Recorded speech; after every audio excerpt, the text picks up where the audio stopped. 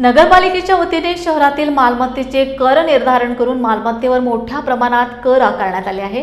ही कर आकारणी भाजपाच्या कार्यकाळात करण्यात आलेली आहे।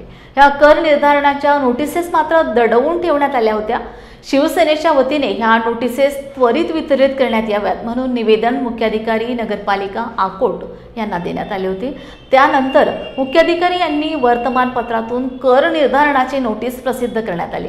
मालमत्ताधारकांना वैयक्तिक नोटिसेस वितरित करण्यात आल्या नाहीत, त्यामुळे परत शिवसेना पदाधिकाऱ्यांनी नगरपालिका अधिकाऱ्यांना भेटून त्वरित नोटिसेस वितरित करण्यात याव्यात म्हणून निवेदन देण्यात आले। आता नवीन कर निर्धारणाच्या नोटिसेस प्रत्यक्षात भेटल्या तेव्हा प्रचंड प्रमाणात कर वाढवून आल्याचे निदर्शनास आले।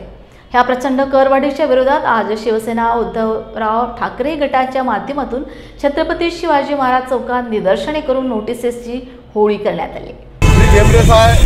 त्यांना भेटून सांगितलं होतं की तुम्ही जो अकोट शहरासाठी टॅक्स लावला तो आम्हाला त्याचा दाखवा, तुम्ही कशा प्रकारे तो टॅक्स लावला। परंतु त्यांनी लगेच 2 दिवसात पूर्ण शहरात ह्या नोटिसेस बजावल्या आणि हा टॅक्स इतका भयंकर आहे।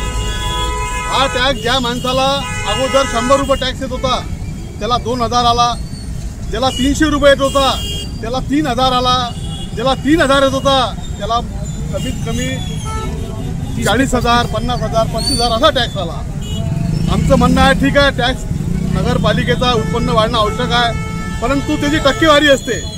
ज्या प्रमाणात हा गब्बर टॅक्स लावला नगर परिषदने, आज आम्ही इथं समस्त तमाम शिवसैनिकाच्या वतीनं या टॅक्सच्या नोटिसांची इथं होळी केली। हा आमचा एक सूचक इशारा आहे, प्रशासनाला हा सूचक इशारा आहे।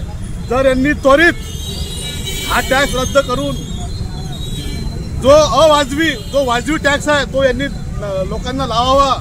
आज आम्ही अकोट येथे यांच्या नोटिसांची होळी केली। जर का 8 दिवसात हा टॅक्स मागे ना घेतला तर याच्यानंतर आमची भूमिका भगतसिंग सारखी राहणार आहे।